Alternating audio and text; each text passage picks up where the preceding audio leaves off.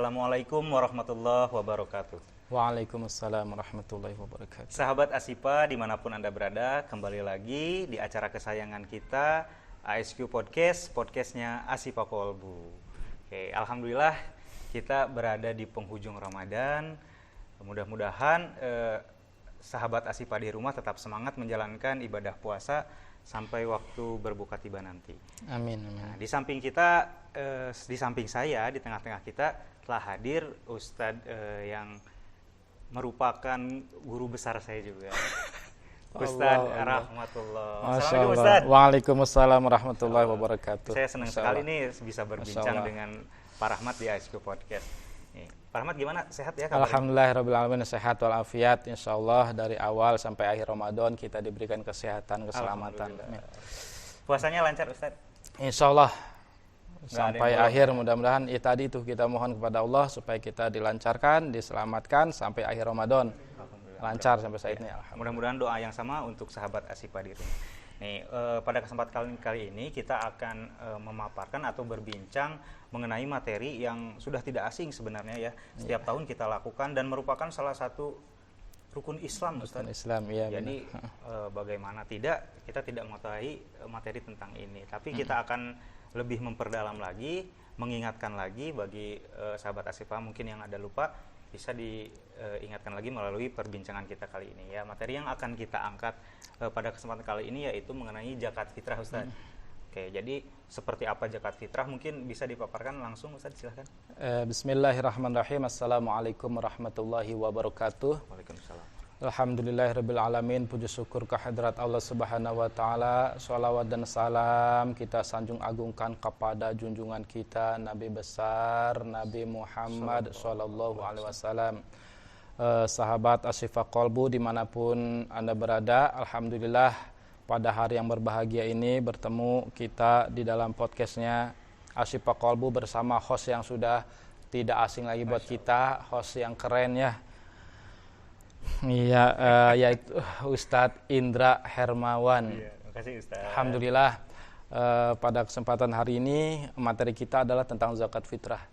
Zakat fitrah merupakan zakat yang wajib ditunaikan oleh setiap muslim bagi laki-laki maupun perempuan, baik anak-anak ataupun dewasa, yang dikeluarkan pada bulan Ramadan sampai sebelum Idul Fitri, Ustaz, seperti itu.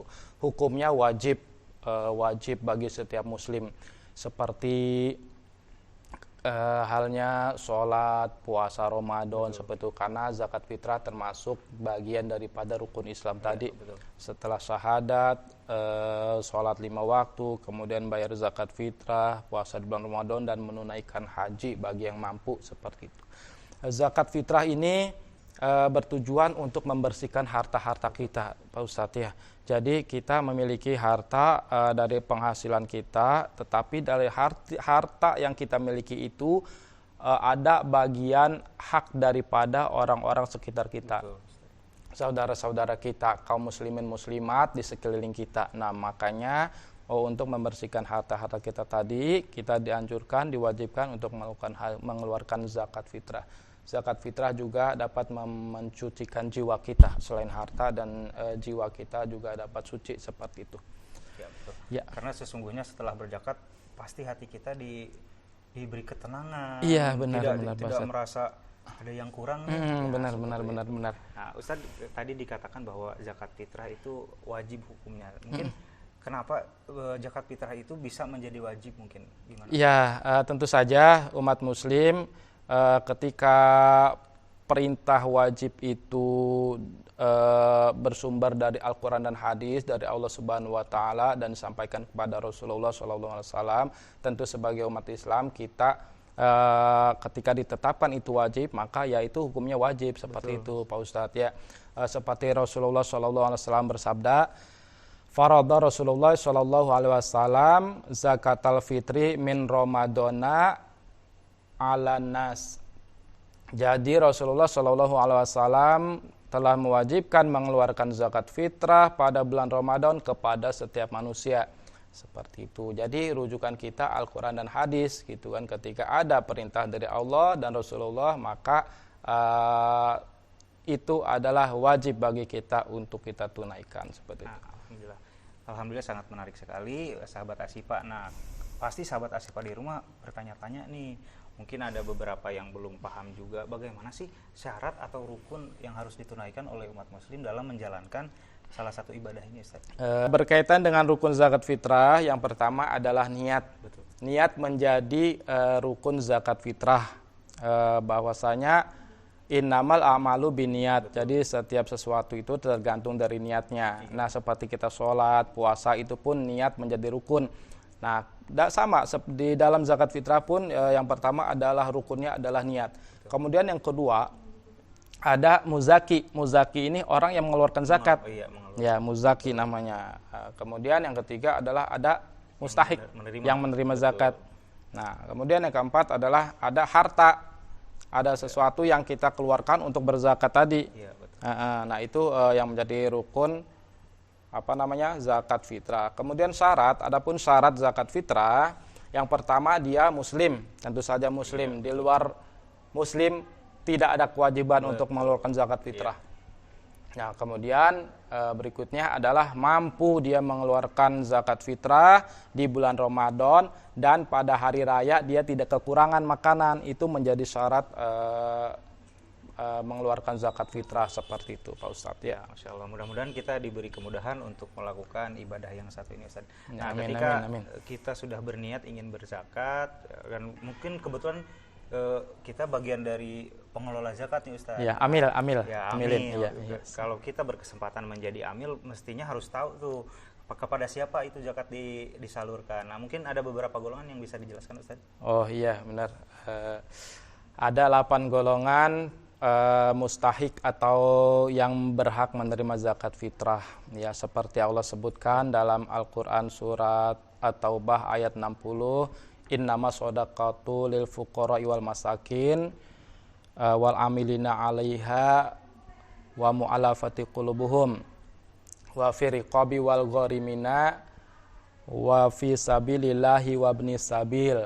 Sesungguhnya sedekah itu diperuntukkan kepada orang fakir, orang miskin, kemudian para amilin ini pengurus zakat ya, pengurus zakat yang bekerja untuk mengurus zakatnya dari menerima dan juga mendistribusikannya kepada orang yang berhak menerimanya.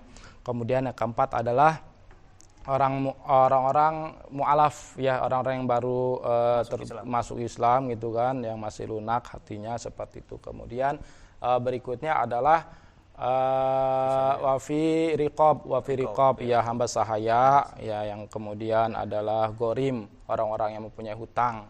Hutang di sini, hutang tentu saja untuk keperluan ibadah ya, bukan untuk beli motor Beat atau ganti mobil kita berhutang kredit. Nah, bukan seperti itu. Kemudian selanjutnya adalah wafi sabilillah, orang-orang yang berjuang di jalan Allah.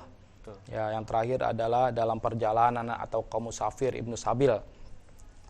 Seperti itu 8 golongan yang berhak menerima zakat fitrah sesuai dengan Al-Quran surat At-Taubah ayat 60 tadi ya. Jadi jangan sampai salah ya menyalurkan zakat tersebut. Harus benar-benar ke 8 golongan tersebut. Nah, Ustadz, untuk besarannya nih, besaran zakat ya, bisa mungkin ada yang 2,5 kilogram atau seperti apa, itu bisa kan berbeda-beda tuh. Ya, untuk besaran zakat fitrah, yang pertama zakat fitrah itu dikeluarkan dalam bentuk makanan pokok. Kalau untuk mazhab kita mayoritas mazhab itu 3 mazhab makanan pokok dalam mengeluarkan zakat fitrah. Kemudian untuk ukuran atau besaran satu sok itu 4 mud. 4 mud itu kalau di beras ya, contoh beras ya. Jadi seperti 1 genggam 1 muz gitu kan. Jadi 4 muz berarti 4 genggam. Kemudian ukurannya diperkirakan 1 genggam itu 6 ons 6,7 atau sampai ke 7, ada yang mengatakan sampai 7 ons seperti itu. Jadi ketika dikali 4 muz itu atau 6 on, sekian dikali 4, maka hasilnya adalah 2,5 kilogram. Itu yang disepakati oleh Indonesia kita, Pak. Tapi ada juga yang membayarkan dengan besaran sampai ke 3 kilogram ya boleh diperbolehkan untuk menjaga kehati-hatian seperti itu. Yang tidak boleh itu melebihi, ya berlebih-lebihan dalam mengeluarkan zakat. 1 karung untuk 1 orang misalnya. Nah ini tidak diperkenankan. Iya, karena sesuatu yang berlebihan itu kan tidak diperkenankan, tidak boleh, tidak baik seperti itu. Nah artinya dalam hal ini kita mengikuti ketentuan yang sudah ditetapkan 2,5 atau ada yang mengeluarkan 3 kilogram, mangga dipersilahkan, diperbolehkan seperti itu. Oke.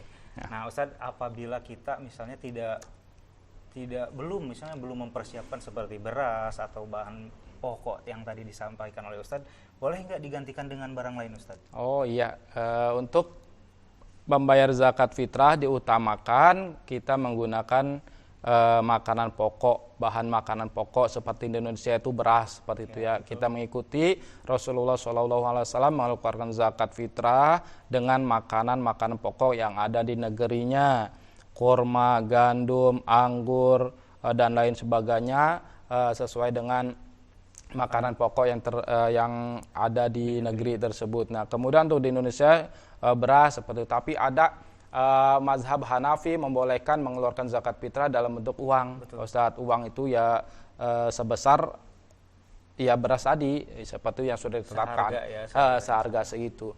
Nah seperti itu boleh kalau untuk mazhab Hanafi, tapi untuk kita yang memang mayoritas mazhab Imam Syafi'i dan 3 mazhab lainnya, kita dianjurkan untuk melakukan zakat fitrah dalam bentuk makanan pokok. Kalaupun ada, kita nih kan kadang repot ya beli ke warung dulu beras, kita membawa uangnya dulu nih, uang itu kan. Nanti niat kita mau zakat fitrah dengan membawa uang ini.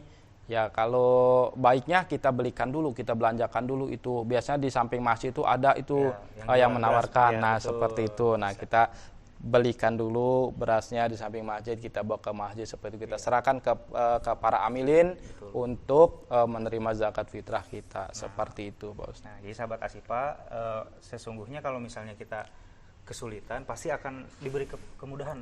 Iya.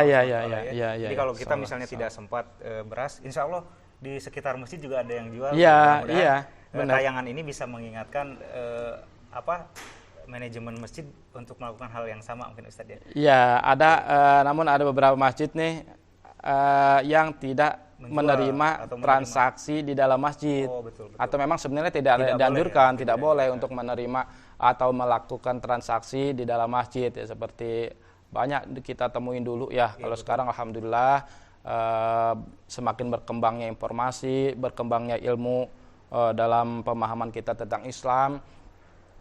Maka transaksi biasanya dilakukan di luar masjid, tidak beli dulu di luar masjid, makanya dibawa dalam bentuk beras diserahkan ke panitia atau amil zakat seperti itu. Mudah-mudahan kita selalu mengusahakan yang utama ya, jadi berusaha untuk menggunakan bahan pokok yang utama tadi. Iya, betul. Mudah-mudahan dipermudah untuk pelaksanaannya nanti. Nah, amin. Ngomong-ngomong, kita juga kayaknya belum zakat nih Ustaz. Saya sendiri belum zakat karena saya juga masih penasaran nih sebenarnya waktu yang paling tepat untuk membayar zakat itu kapan sih Ustaz? Ya bicara masalah waktu yang tepat, sebenarnya dari awal Ramadan itu sudah diperbolehkan mengeluarkan zakat fitrah sampai sebelum sholat Idul Fitri dilaksanakan. Nah, artinya ada beberapa waktu ini yang kita kenakan dalam pengeluaran zakat fitrah ini. Dalam mengeluarkan zakat fitrah yang pertama, waktu mubah itu dibolehkan dari awal Ramadan sampai menjelang Idul Fitri, sholat Idul Fitri boleh, silahkan. Bagi orang yang sangat sibuk gitu kan, nggak apa-apa dikeluarkan di awal Ramadan. Kemudian ada waktu-waktu wajib. Waktu wajib itu Ramadan terakhir tuh, setelah matahari terbenam sampai sebelum sholat Idul Fitri itu wajib, silakan, bagus juga seperti itu. Atau sunnah itu setelah sholat subuh sampai sholat Idul Fitri atau sebelum sholat Idul Fitri seperti itu.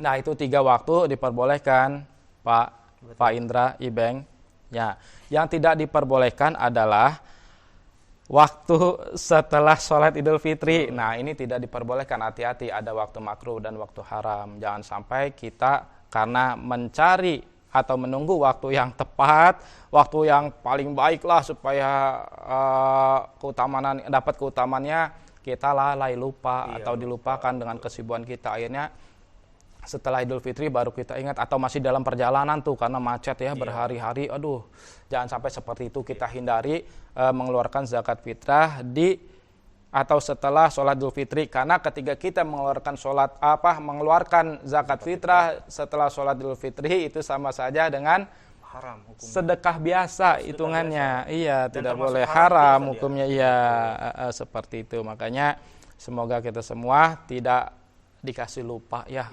untuk menunaikan zakat sesuai dengan waktu yang ditentukan seperti itu.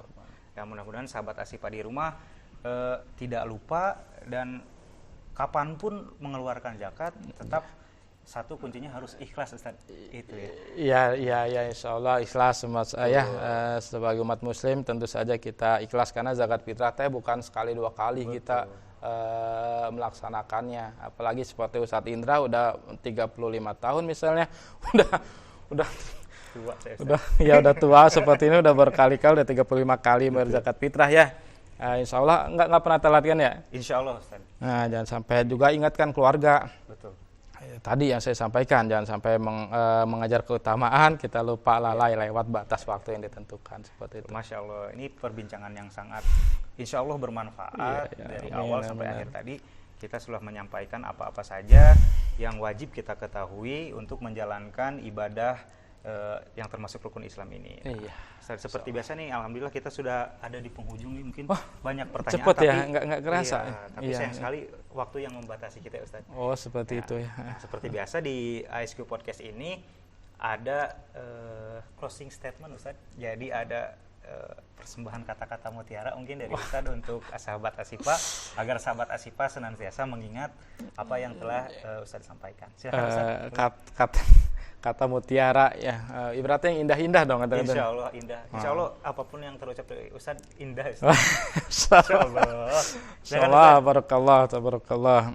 Jadi zakat fitrah yang pertama harus kita pahami adalah hukumnya wajib. Artinya ketika sesuatu itu berhukum wajib, maka tidak mau kita harus mengeluarkan itu zakat fitrah. Nah, kemudian zakat fitrah ini juga penentu amal ibadah kita di bulan Ramadan. Betul.